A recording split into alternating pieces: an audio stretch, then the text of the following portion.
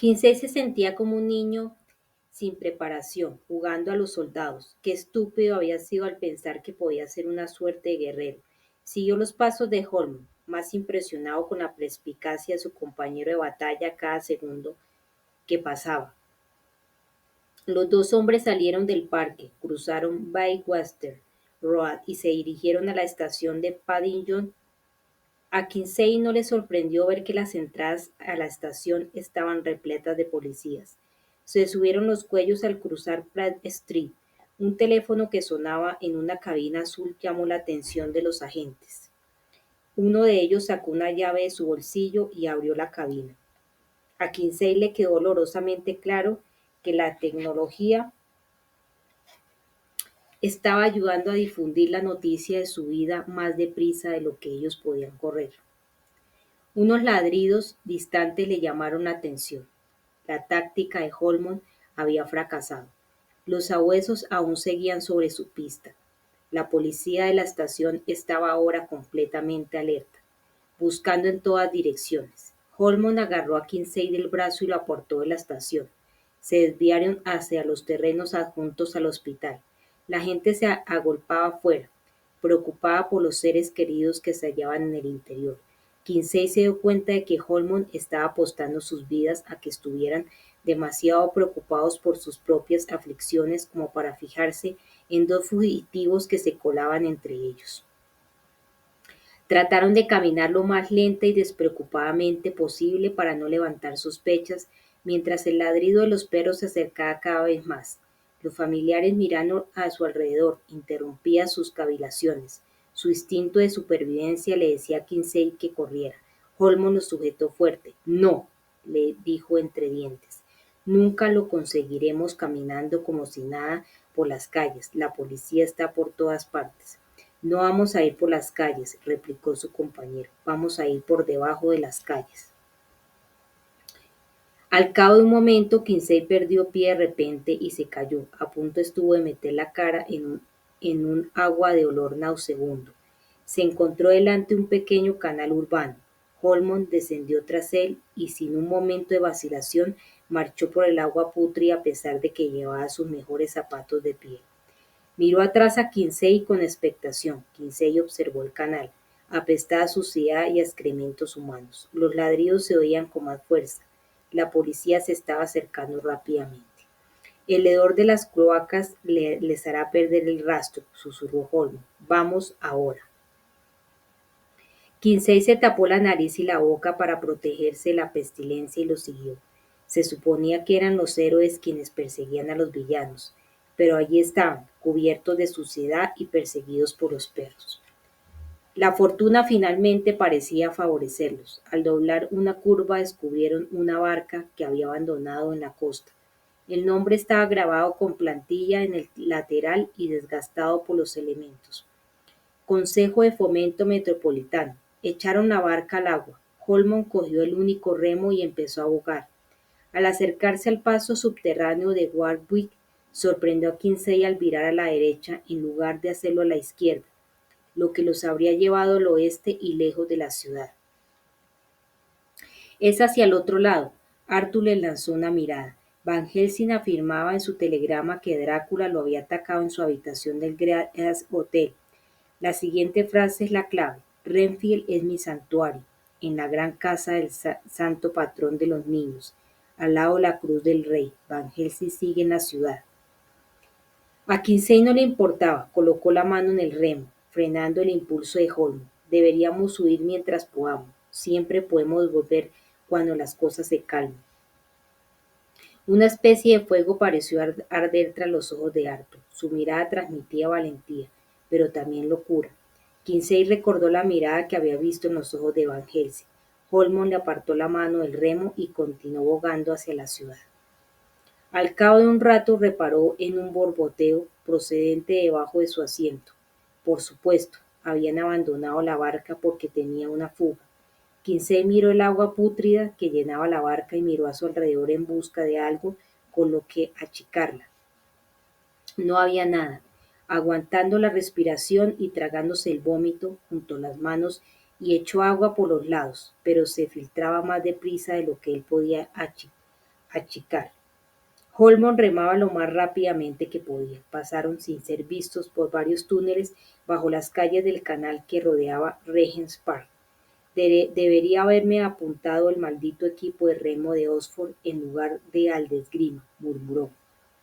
Kinsey enseguida se dio cuenta de que la embarcación no iba a mantenerse a flote mucho tiempo más.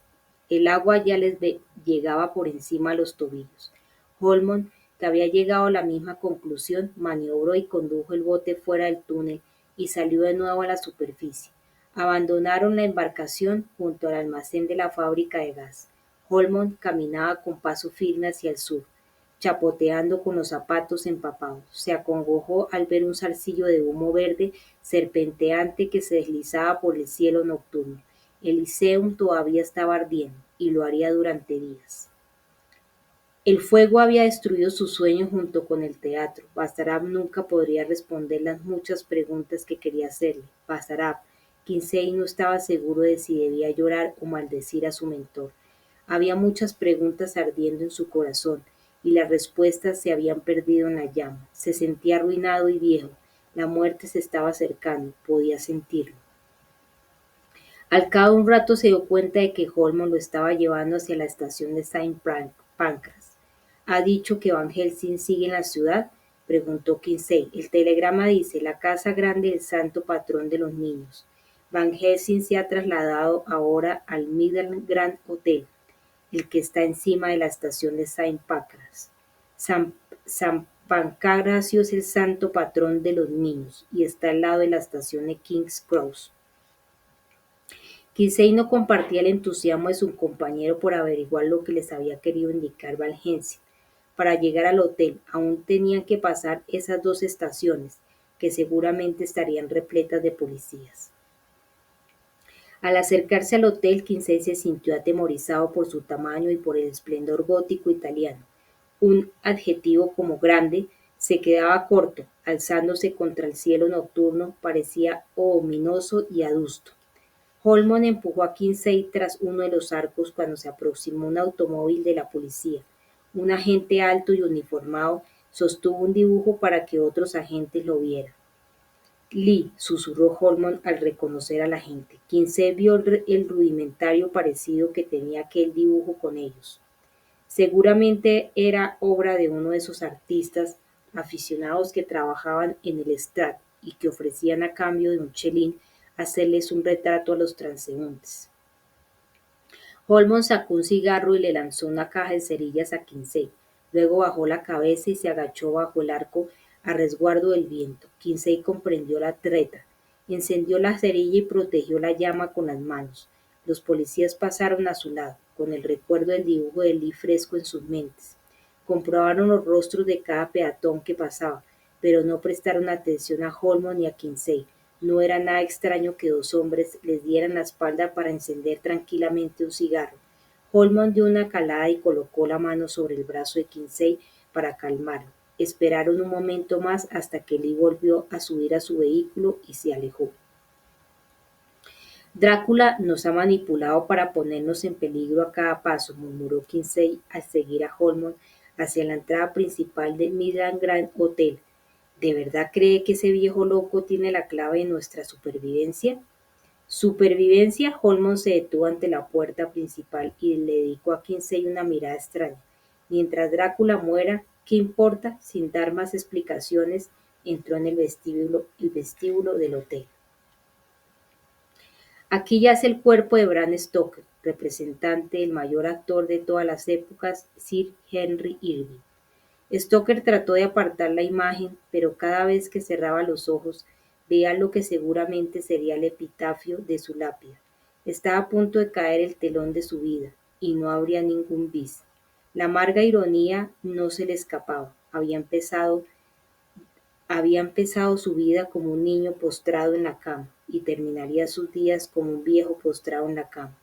Se había convertido en prisionero de su propio cuerpo, paralizado del lado izquierdo, incapaz de moverse o de alimentarse. Tenía que sufrir la indignidad de que lo bañaran y cambiaran como si fuera un recién nacido. Tenía el orgullo de ser un hombre honrado y trabajador, y no podía imaginar qué podía haber hecho para ofender a Dios, para sufrir tanto fracaso en una vida. Tenía que haber sido algo terrible. Le entristecía saber que sin su mano directora en la obra, su novela Drácula pronto quedaría olvidada en un estante en la parte de atrás de una librería, mientras que el retrato de Dorian Gray sin duda sería conocido como la mayor novela gótica de su tiempo. Se le ocurrió que en algún lugar del cielo Henry Irving estaría riéndose de él. Irving le había dejado Lyceum Theatre no como una oportunidad de vivir su sueño, sino como una bofetada en la cara. Cuando Bram Stoker llegara a las puertas del cielo, un Irving sin duda borracho estaría esperando, regodeándose con un whisky en la mano y una mujer de cada brazo. Incluso sabía lo que le diría. Te lo dije, eres un zoquete sin talento. Una vez contador de granos, granos siempre.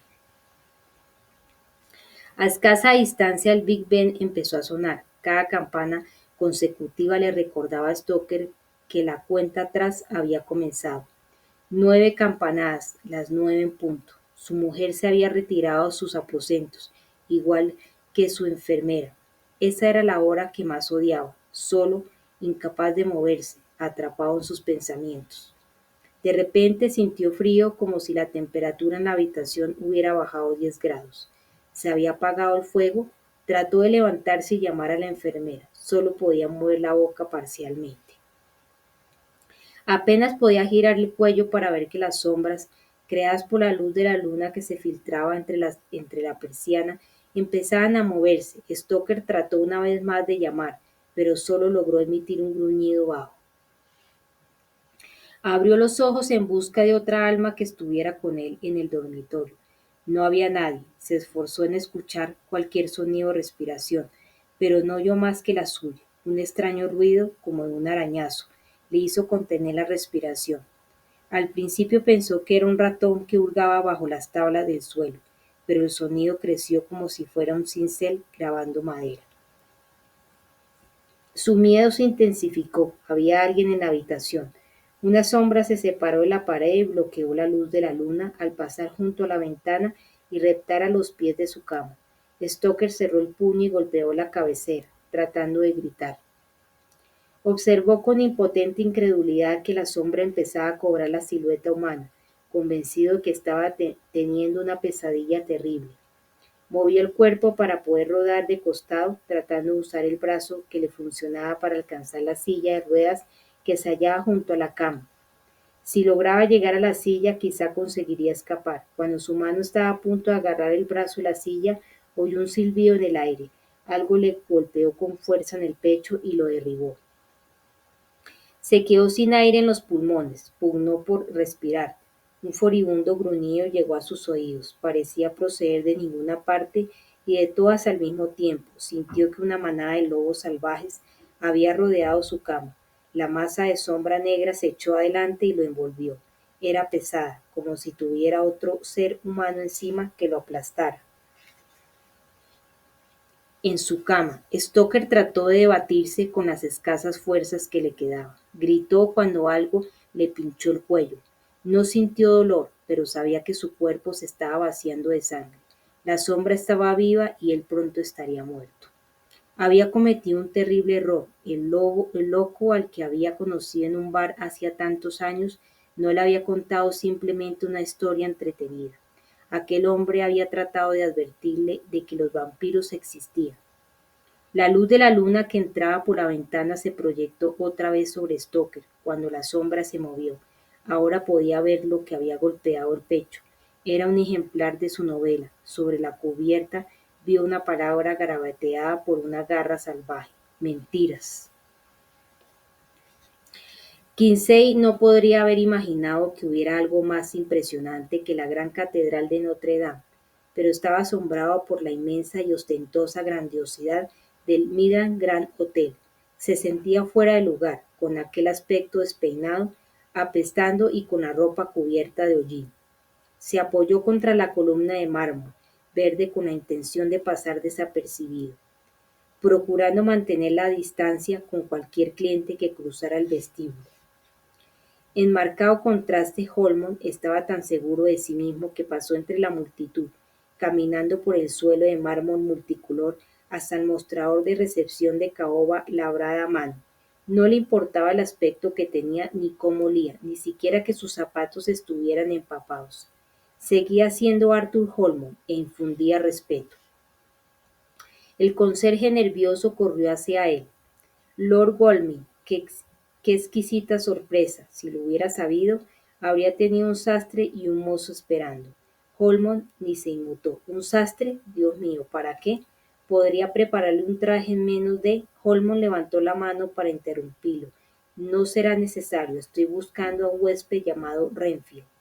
Renfield es mi santuario. Kinsey por fin comprendió el código oculto en el telegrama. Van Helsing estaba tratando de guiarlos hasta él. Quizá podía ayudarlos. No era extrañar que el Mildan Grand ya no fuera considerado el hotel más elegante de Londres. Era el año 1912 y aún se negaban a instalar un ascensor y, por supuesto, Van Helsing, o mejor dicho, el señor Renfield, elegiría una habitación en el piso superior, puesto que éste le ofrecía la posibilidad de escapar por el tejado.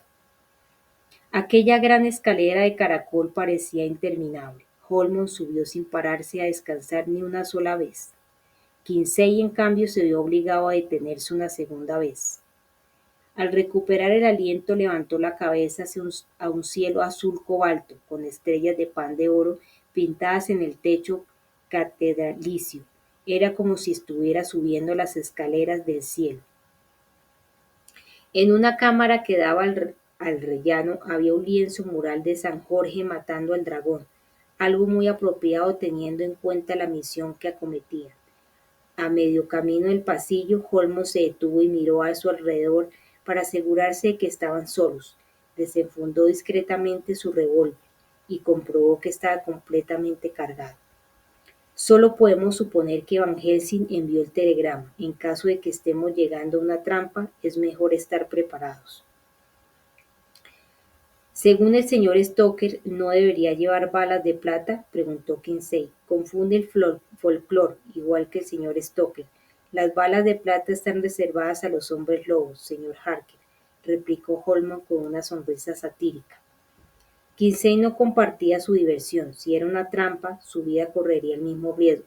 Puede que a Holmon no le importara demasiado vivir o morir, pero no era el caso de Kinsey. Holmon se dirigió a la puerta del fondo, la que estaba más cerca de acceso al tejado. «Es esta», susurró. Kinsey estaba a punto de llamar a la puerta cuando Holmon lo detuvo, señalando el espacio entre el suelo y la puerta. Kinsey se sintió estúpido. Otro error. Al colocarse delante de la puerta, cualquiera que estuviera del otro lado vería las sombras de sus pies. Señaló la jamba. La puerta no estaba cerrada con llave y la habían dejado voluntariamente entreabierta. No era una buena señal. Le hizo un ademán con la cabeza al muchacho para que se preparara. Kinsey tenía el corazón con la garganta. Kinsey tenía el corazón en la garganta, pero asintió con la cabeza. A pesar de su temor, Holmon se movió con la velocidad de la luz, abrió la puerta de un empujón y entró con la pistola preparada. La habitación estaba a oscuras, la luz del pasillo solo iluminaba la mitad de la enorme suite. Como en el resto del hotel, el techo de la habitación era anormalmente alto, las cortinas estaban corridas. Kinsey cerró la puerta tras de sí. Holmon susurró enfadado: «No, espere». El joven se movió para impedir que la puerta se cerrara. Demasiado tarde. La puerta se cerró, bloqueando la luz del pasillo. Ahora la oscuridad era total. Se maldijo a sí mismo entre dientes. Otro estúpido error. Las tablas del suelo crujieron a su izquierda, pisadas. No estaban solos. Le avisó: «Tengo un arma», dijo Holmon. Las pisadas se acercaron. Holmon se volvió, amartilló su pistola y empujó a Kinsey detrás de él. El chico estaba tan aterrorizado que había olvidado respirar. Así que cuando una mano surgida de la oscuridad le tocó el hombro, saltó de miedo. Una voz profunda y sutil resonó en la estancia: «Buenas tardes, caballeros». Holmon levantó la pistola. Considerando el tiempo que le había costado a Comfort llegar al teatro, no debería haberse enfadado tanto por el hecho de que el forense hubiera tardado en aparecer y recoger a la última víctima. Comfort, que no quería correr riesgos con las pruebas, siguió el carro del forense hasta el hospital de Carey Street, junto a los tribunales de justicia donde se realizaría la autopsia. Cuando el carruaje de la policía giró al sur, Comfort saboreó el gusto del cigarro. El humo le llegó a Mina Harker, que estaba sentada enfrente de él. Ella le lanzó una mirada desaprobatoria, satisfecho. Comfort tocó con la mano la punta de la espada teñida de sangre. Aquella prueba vital pronto demostraría que la mujer estaba implicada en el homicidio. La fiscalía se quejaba de que necesitaba más pruebas. Ahí las tenía. Por fin podría reivindicarse.